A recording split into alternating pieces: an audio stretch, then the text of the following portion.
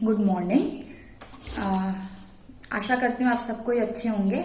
आज जो है हम पढ़ेंगे कि जॉइंट फैमिली क्या है, संयुक्त परिवार क्या है और संयुक्त परिवार के फीचर्स क्या क्या हैं, उसका प्रकार्य और दुष्कार्य क्या है और धीरे धीरे जॉइंट फैमिली क्यों कम होती जा रही है। हमारे यहाँ पे इंडिया में जॉइंट फैमिली जो है एक फीचर माना जाता था, धीरे धीरे वो हम देख रहे हैं कि वो लुप्त हो रही है। उसका कारण जो है वो आज हम लोग डिस्कस करेंगे। सबसे पहले दो सोशियोलॉजिस्ट इरावती कार्वे और आईपी देसाई, इन दोनों ने जो है संयुक्त परिवार के ऊपर बहुत काम किया है।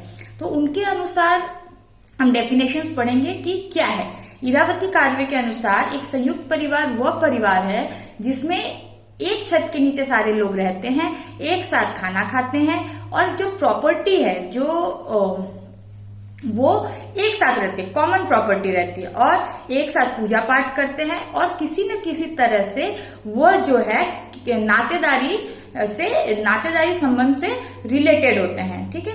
और आईपी देसाई ने बोला हम उस परिवार को संयुक्त परिवार कह सकते हैं जिसमें जो है जिसका साइज ज्यादा हो और डेप्थ हो, जिसमें सिर्फ मतलब पति पत्नी और उनके बच्चे नहीं बल्कि उनके माँ बाप, भाई का परिवार, अविवाहित महिलाएं जो भी हैं, बहन हो, बुआ हो, वो जो साथ रहती हो और जो संयुक्त इनकम, जो पैसे का आय है वो संयुक्त हो और जो राइट्स हैं, जो परिवार में जो राइट्स हैं वो और जो दायित्व है वो जो है एक साथ देखे जाते हो। ये दो राइटर ने कहा कि इसको हम जॉइंट फैमिली कह सकते हैं। वैसे ही किंग्सले डेविस और हेनरी मेन, ये जो है विदेशी राइटर्स सोशियोलॉजिस्ट हैं, जिन्होंने क्या बोला, उन्होंने बोला कि किंग्सले डेविस ने क्या बोला, किंग्सले डेविस ने बोला कि जिसका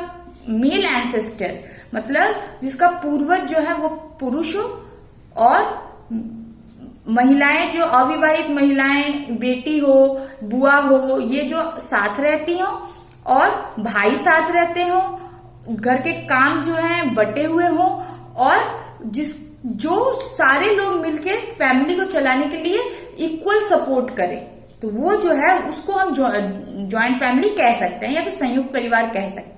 हेनरी मेन ने कहा कि हिंदू जॉइंट फैमिली वो है जिसमें रिलेटिव्स मतलब नातेदारी से संबंधित और साथ ही साथ जो कि पूर्वज के जो वंशानुगत चला आ रहा है उसको ही हम हिंदू जॉइंट फैमिली कह सकते हैं या फिर हिंदू संयुक्त परिवार कह सकते हैं।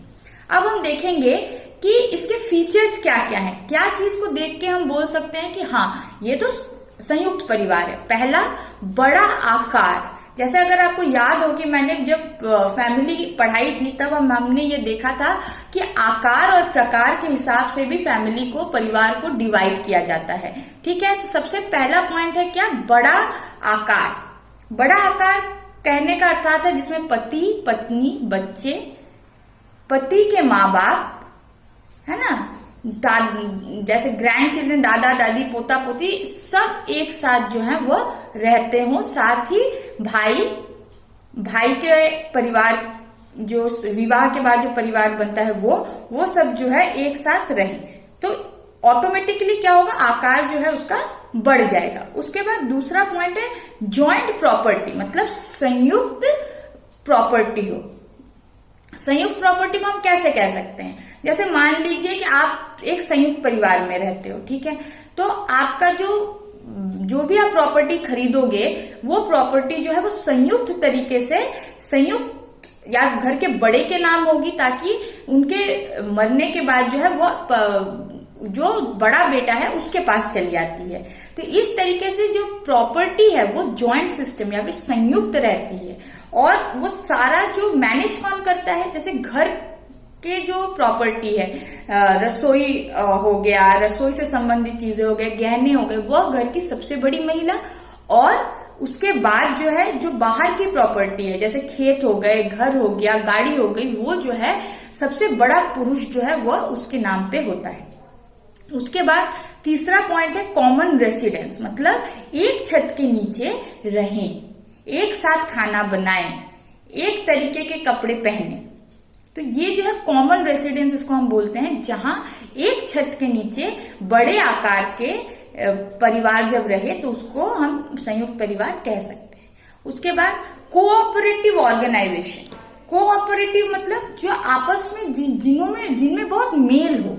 ऐसा है कि संयुक्त परिवार में रोज लड़ाइयां हो रही हैं, तो वह संयुक्त परिवार नहीं, क्योंकि किसी न किसी क्षण पे ये समय आएगा जब वो परिवार जो है वो टुकड़ों में बंट जाएगा, अलग हो जाएगा। तो सबसे ज्यादा जरूरी है कोऑपरेशन। दायित्व, नियम ये बंधे हों। नियम जो है जो बुजुर्ग व्यक्ति हैं परिवार के वो बनाते हैं, और दायित्व भी वही बांटते हैं। जैसे अगर छोटा सा एग्जाम्पल लें कि घर में खाना बनाने का दायित्व, तो संयुक्त परिवार में क्या देखा जाता है कि सुबह किसी ने खाना बना दिया, दोपहर का खाना किसी ने बनाया और रात का खाना किसी ने बनाया। तो इस तरीके से दायित्व बटा रहता है। उसी तरह बाहर के काम का दायित्व भी बटा रहता है। कैसे बटा रहता है कि आप तो भाई सब्जी ला दोगे, आप पानी ला देना, आप सुबह जाके गार्डनिंग का काम कर देना। तो इस तरीके से जो है हर चीज जो है दायित्व जो है वो बटा रहता है, और नियम जो है वो प्रतिबद्ध रहते हैं। नियम जो है वो एक साथ रहते हैं। ये नहीं कि इसके लिए नियम अलग है, उसके लिए नियम अलग है। सबके लिए एक तरीके के नियम जो है वह लागू होते हैं। उसके बाद सबका धर्म समान हो। ज्वाइंट फैमिली में सबसे इंपॉर्टेंट बात यह है कि धर्म जहां समान हो, धार्मिक क्रियाएं जो है एक साथ परफॉर्म की जाए, एक साथ वो निभाया जाए। कैसे? अगर हम देखें कि फेस्टिवल्स, जैसे अगर दिवाली है तो वो हम सब सह परिवार मिलके मनाते हैं। उसी तरह शादी, कोई अगर मर गया या फिर कोई भी चीज हो, कोई भी धार्मिक चीज हो, उसमें वो परिवार एक साथ रहता है, संयुक्त रहता है। उसके बाद जो प्रोडक्टिव यूनिट है, ये जब संयुक्त परिवार कब बहुत ज्यादा पाया जाता था, जब जो है खेती जो है वो प्रमुख ऑक्यूपेशन होती थी, खेती, तब ये जो है बहुत ज्यादा पाया जाता था। क्यों? क्योंकि खेत में काम करने के लिए लोगों की आवश्यकता अधिक होती थी और सारे लोग मिलके जो है उस खेत में काम करते थे। तो एक साथ प्रोडक्शन होता था, उत्पादन जो है वो एक साथ होता था। कोई ये नहीं बोलता था कि तुमने 4 घंटे काम किए तो तुमको आज 2 ही रोटी मिलेगी।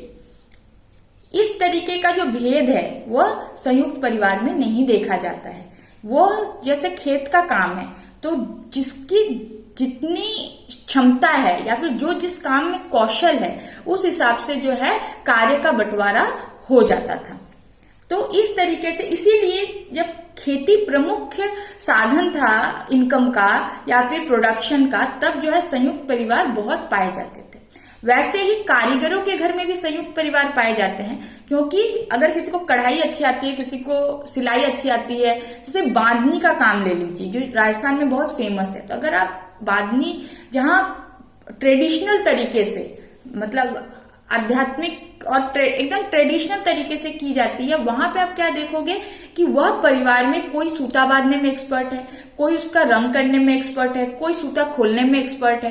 तो सारे लोग मिलके चेन सिस्टम काम करता है कि ये कर दिया, इसके बाद वाली कड़ी आप करोगे, उसके बाद वाली कड़ी कोई और करेगा। इस तरीके से पूरा उत्पादन का कार्य जो है घर पे ही हो जाता था। बाहर से कोई भी चीज की आवश्यकता हमें नहीं पड़ती थी। लेबर, श्रमिक जो शब्द है वह जो है वो औद्योगिकरण या फिर इंडस्ट्रियलाइजेशन के साथ आया। ये जब परिवार, संयुक्त परिवार जब खेती पे पूरी तरह निर्भर थे, तब ये शब्द जो है भारत में बहुत कम पाए जाते थे या फिर नहीं पाए जाते थे। उसके बाद म्यूचुअल राइट्स एंड ऑब्लिगेशंस, मतलब किसका क्या स्थान है परिवार में, ये जो है ज्वाइंट फैमिली में बिल्कुल क्लियर रहता है कि जो बड़ा है उसकी ये दायित्व है, जो छोटा है उसका ये दायित्व है, वो इस तरीके से इस दायित्व का पालन करेगा। ये सारी चीजें जो हैं साफ साफ तरीके से कही जाती हैं। परिवार के नियम जो हैं वो स्पष्ट होते हैं। उसके बाद ज्वाइंट फैमिली की ये जो 7 जो पॉइंट्स हैं, अगर वो किसी भी परिवार में ये 7 पॉइंट पाए, 7 पॉइंट देखे जाएं या फिर 7 में से 5 पॉइंट देखे जाएं, तो उस परिवार को हम संयुक्त परिवार कह सकते हैं। अन्यथा वो अगर परिवार एक छत के नीचे रहता है लेकिन उनकी रसोई अलग है, या फिर उनका आय अलग है, वो अलग अलग तरीके से आय करके लाते हैं, तो हम ये नहीं कह सकते कि वह है एक संयुक्त परिवार है। उसके साथ अगर दायित्व नहीं बटा हुआ है, काम करने का तरीका नहीं बताया गया हुआ है, धार्मिक कार्य एक साथ नहीं होते। जैसे मान लीजिए मैं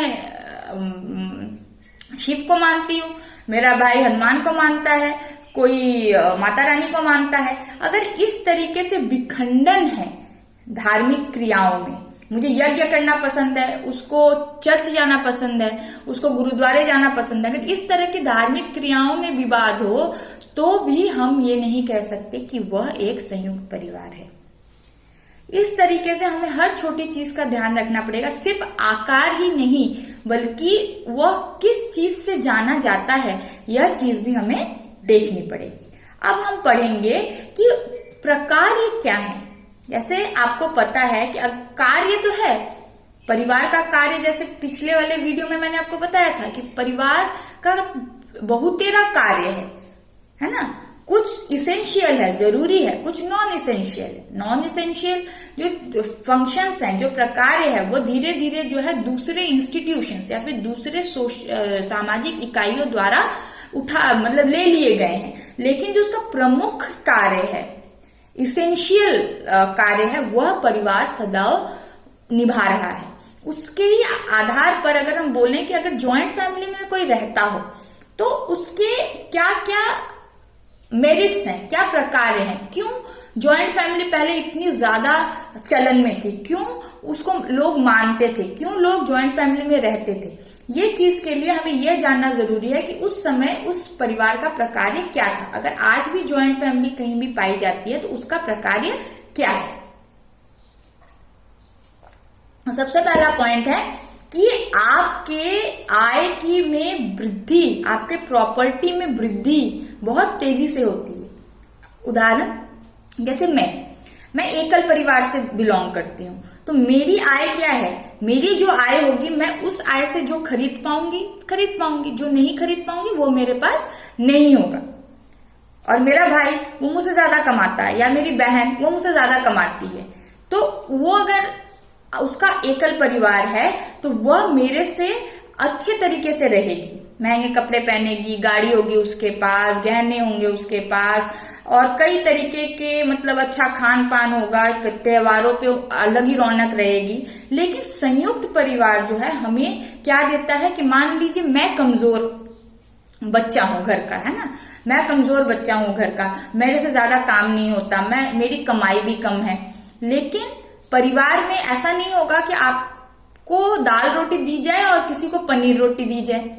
अगर वह संयुक्त परिवार है तो सब एक जैसा खाएंगे, त्योहार भी एक तरीके से मनाएंगे। तो इससे क्या होती है, जो आपका स्टैंडर्ड ऑफ लिविंग है वो सारे परिवार के लोगों का एक ही होता है। ऐसे जो भेदभाव जो है वह नहीं होते थे। साथ ही प्रॉपर्टी खरीदने की जो बात हो रही थी कि अगर संयुक्त परिवार है तो उसके पास प्रॉपर्टी ज्यादा होगी क्योंकि वो टुकड़ों में बटी नहीं होगी। तो इस तरीके से जो है आप ये बोल सकते हैं कि आय के जो प्रोग्रेस है वो हम देख सकते हैं। उसके बाद डिवीजन ऑफ लेबर, इसका बहुत सटीक एग्जांपल जैसे मैंने बोला, खेती में कोई किसी काम में निपुण है, कोई किसी काम में निपुण है, तो उस हिसाब से बांट दिया जाता था काम, और वह परिवार का जो भी सदस्य था वो उस काम को करता था। तो इससे काम आसान हो जाते थे। जैसे आज की जिंदगी है ना, जो शहरों में जो रहते हैं वह कैसे जीते हैं, जैसे मैं और मेरा पति अगर दोनों ही काम करते हैं, दोनों ही बाहर जाते हैं, तो हमारे पीछे बच्चे को संभालने के लिए कोई नहीं होगा। अगर हम दोनों ही काम पे जाते हैं तो सुबह 10 बजे के पहले घर का सारा काम खत्म करके जाना पड़ेगा, वापस आके घर का सारा काम करना पड़ेगा। तो यहाँ पे जो डिवीजन ऑफ लेबर है, जो बंटवारा है, श्रम का बंटवारा जो है वह हम नहीं देख पाएंगे, और सपोर्ट नहीं रहेगा। आपको करना है, मतलब आप ही को करना है, भले ही आप मर रहे हो, भले ही आप बीमार हो, चाहे कुछ भी हो जाए, लेकिन आपको जो है आपका जो कार्य है वो आपको करना पड़ेगा। लेकिन संयुक्त परिवार में हेल्पिंग हैंड, जिसको हम बोलते हैं मदद का हाथ, जो है वह बहुत ज्यादा पाया जाता था। उसके बाद सिक्योरिटी, संयुक्त परिवार में मान लीजिए कि मेरी नौकरी चली गई है ना, लेकिन मेरा भाई कमा रहा है या फिर मेरी बहन कमा रही है या फिर मेरा पिता कमा रहा है, तो मुझे उतनी परेशानी नहीं होगी। लेकिन अगर मैं एकल परिवार में रहूंगी तो मेरे पास सिक्योरिटी कम है। अगर मैं कमाना बंद कर दूं या फिर मेरी नौकरी छूट जाए तो मेरा घर चलाने के लिए कोई काम नहीं होगा। उसके बाद अच्छे से समय व्यतीत कर सकते हैं हम।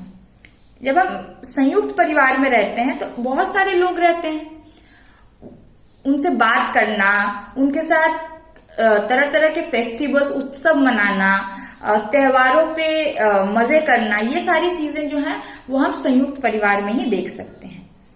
उसके बाद सोसाइटी में जैसे मान लीजिए कुछ वर्ग ऐसे होते हैं जिनको सपोर्ट की जरूरत होती है, जैसे विधवा है ना। किसी अगर जॉइंट फैमिली में आप देखो कि अगर विधवा है या फिर बैचलर है जिसकी शादी नहीं हुई, जिस पुरुष की, या फिर उस लड़की की जिसकी शादी नहीं हुई, तो ये सारे क्या है, सोशल रिस्पॉन्सिबिलिटी इनको कहा जाता है, सामाजिक दायित्व। जॉइंट फैमिली में इनका स्थान जो है वह अच्छा रहता है, क्योंकि एकल परिवार में कोई नहीं रखना चाहता। क्यों रखेगा? एकल परिवार का तो अर्थ ही है कि पति पत्नी और उनके बच्चे, है ना। तो इस तरीके से सामाजिक जो सिक्योरिटी है वो प्रोवाइड नहीं होती है। उसके बाद हम जब संयुक्त परिवार में रहते हैं तो कुछ चीजें हम सीखते हैं जो कि एकल परिवार में नहीं सीख पाते। जैसे आजकल के बच्चे जो हैं, जो एकल परिवार में रहते हैं, उनमें कोऑपरेट करना जो है, मतलब सहभागिता है ना, सह सहभागिता जो है वो बहुत कम देखी जाती है। कोऑपरेशन बहुत कम देखा जाता है। एकदम चिड़चिड़ा सा, मुझे ये चाहिए तो चाहिए, नहीं मेरे को तो यहाँ नहीं रहना, नहीं मेरे को तो वो नहीं करना। सैक्रिफाइस की, ठीक है, उसके थाली में आज नहीं है पनीर तो मैं अपने थाली से दे देता हूँ। ये सैक्रिफाइस, त्याग की भावना, वह धीरे धीरे कम हो रही है। कोऑपरेशन कम हो रहा है। सेल्फिश होते जा रहे हैं हम, है ना। हम बहुत ज्यादा महत्वाकांक्षी हो रहे हैं। किसका क्या जाता है, किसका क्या बिगड़ता है, कोई फर्क नहीं पड़ता हमको, बस हमारा वाला सही होना चाहिए। हम जो है सही तरीके से अपना काम कर पाए, इस चीज का हम एकदम आज के एकल परिवार में हम ऐसा देखते हैं। और बुजुर्गों की सेवा करना, आजकल ओल्ड एज होम है, वृद्धाश्रम है, हम क्या करते हैं, हमसे तो नहीं संभल रहा भाई, एकल परिवार में मेरे को तो ये काम है, मेरे को तो नौकरी भी करना है, मेरे को तो घर भी देखना है, मेरे को तो 50 काम है भाई, मेरे से तो सेवा नहीं होगी। तो क्या करते हैं, हम उनको वृद्धाश्रम में डाल आते हैं। तो ये जो एंटी सोशल, असामाजिक तत्व, वो धीरे धीरे क्या है, समाज में बढ़ता जा रहा है।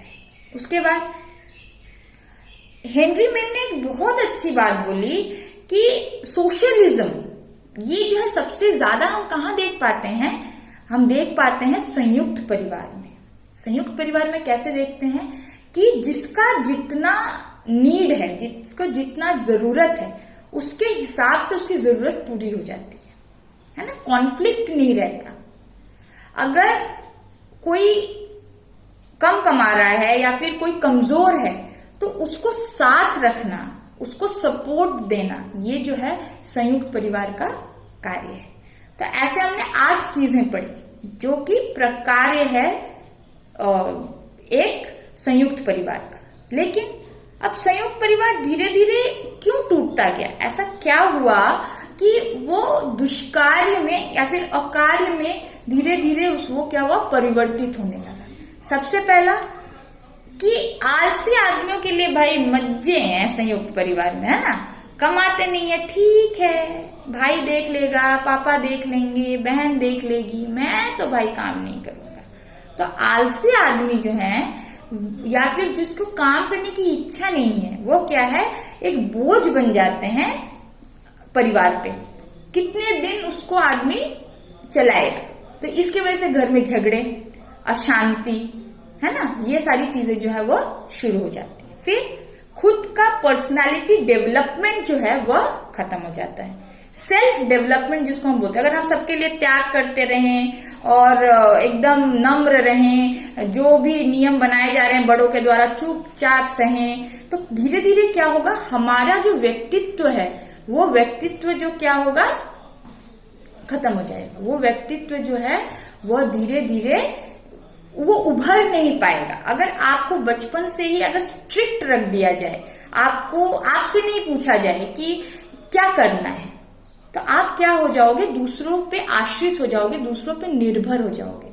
ये जो आत्मविश्वास आपके अंदर है वो धीरे धीरे धीरे धीरे क्या हो जाएगा, कम हो जाएगा।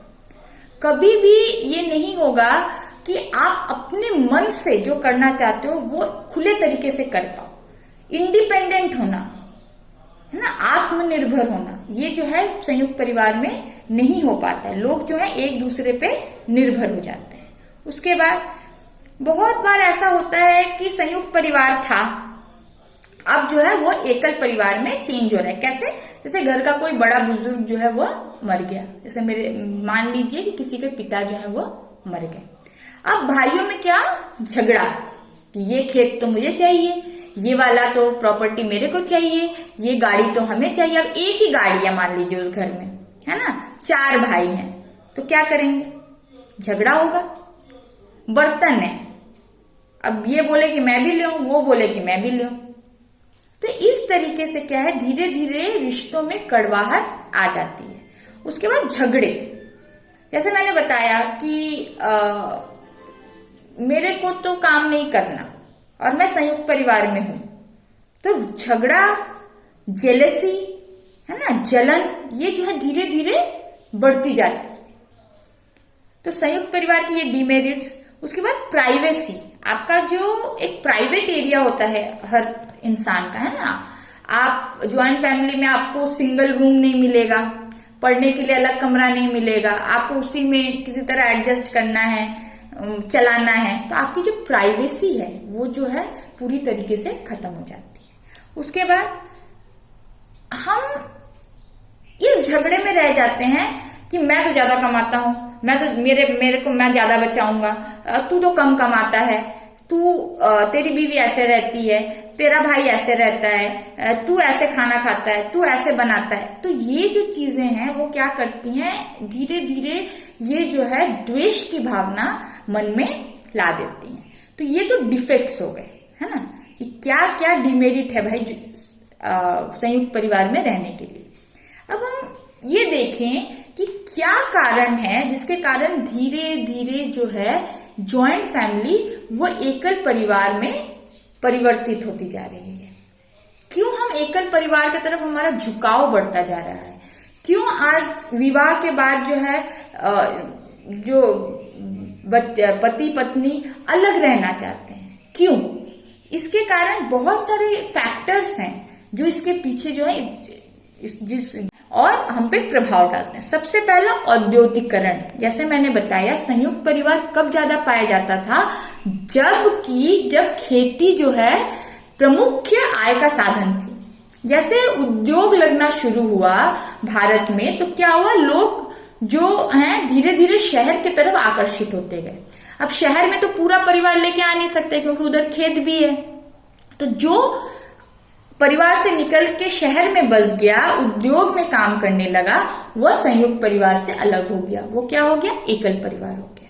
उसके बाद यातायात के साधन में बढ़ाव।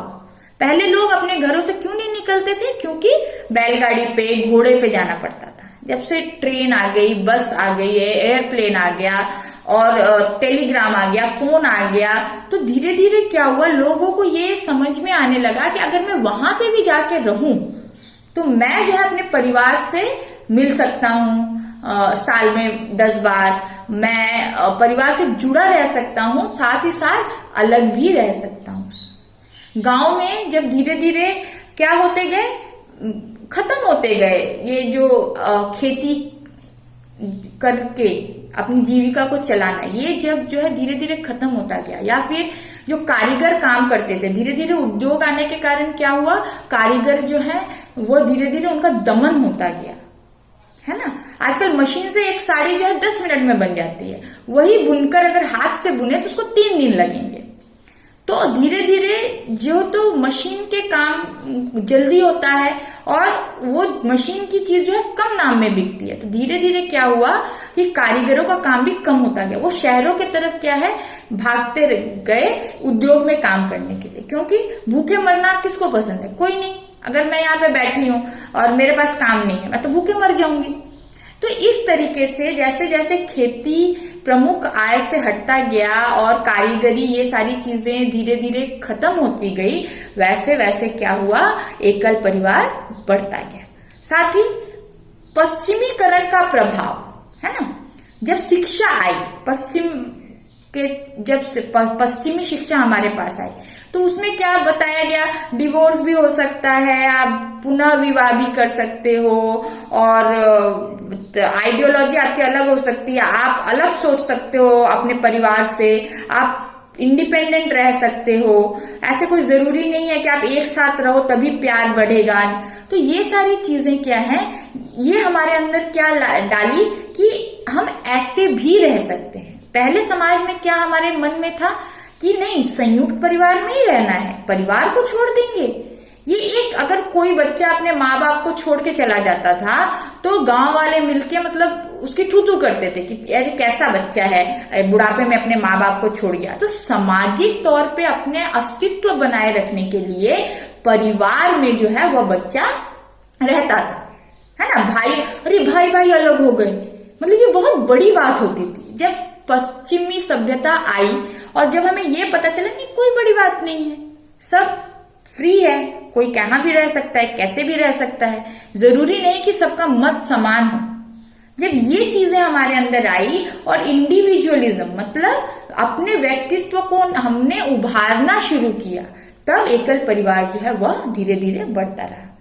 उसके बाद तरीके के नियम आए, संशोधन हुए नियमों में, जिसमें विवाह के नियमों में संशोधन हो गया, फिर पुनः विवाह भी कर सकते हो आप, डिवोर्स भी दे सकते हो, और आप अगर सक्सेशन एक्ट जिसको बोलते हैं कि अगर आपका पिता है और वो मर जाता है तो प्रॉपर्टी जो है इक्वली सारे बच्चों में डिवाइड हो जाएगी, तो झगड़े वाला सिस्टम ही खत्म हो गया, है ना। आप खुद की प्रॉपर्टी, आप जो खरीदोगे, जो आपके नाम पे होगी, वो आपकी खुद की प्रॉपर्टी, उस पर कोई हाथ नहीं लगा सकता है। जैसे मान लीजिए मैंने घर खरीदा अपने पैसे से, तो वो मेरे नाम पे रहेगी, ऐसा नहीं होगा कि वह सारे भाइयों में बटेगी, क्योंकि वो मैंने अपने आय से किया। तो इस तरीके से जब नियमों में बदलाव होने लगा, सामाजिक संरचना में बदलाव होने लगा, समाज के जो सिस्टम हम बोलते हैं उसमें बदलाव होने लगा, सामाजिक इकाइयों में बदलाव होने लगा, तो धीरे धीरे जो है ये संयुक्त परिवार जो है एकल परिवार की तरफ हम खींचते गए, और जैसे जैसे हम खींचते गए वैसे वैसे एकल परिवार की संख्या बढ़ गई। आजकल हम गांव में भी देखते हैं कि एकल परिवार पाया जाता है। तो इस तरीके से ये 5 चीजें जो हैं वह एकल परिवार के तरफ हमें मोड़ती है। तो आज का यही टॉपिक था कि संयुक्त परिवार और एकल परिवार कैसे बना, संयुक्त परिवार कैसे पहचाने कि ये संयुक्त परिवार है, क्या प्रकार्य है और क्या दुष्कार्य है। आपके पास भारतीय समाज किताब है, आप उसमें फिर से इसको पढ़िए। अगर आपको ऐसा लगता है कि नहीं मैडम इसमें तो वो नोट्स नहीं है जो आपने पढ़ाया, तो आप मुझे व्हाट्सएप कीजिएगा, वो नोट्स आपको मैं मेल कर दूंगी या फिर व्हाट्सएप कर दूंगी, ठीक है। कल हम जो है विवाह व्यवस्था पढ़ेंगे। पहले पढ़ेंगे विवाह व्यवस्था, उसके बाद पढ़ेंगे भारतीय विवाह व्यवस्था।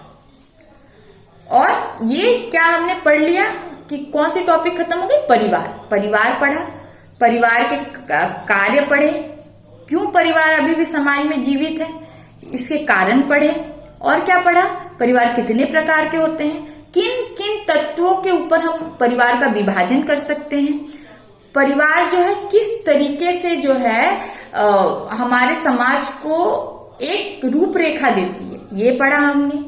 उसके बाद हमने क्या पढ़ा, संयुक्त परिवार क्या है, संयुक्त परिवार को हम कैसे पहचाने, उसकी विशेषताएं क्या हैं, संयुक्त परिवार का प्रकार दुष्कार्य क्या है, और धीरे धीरे संयुक्त परिवार भारत में क्यों एकल परिवार की तरफ परिवर्तित हो रहा है।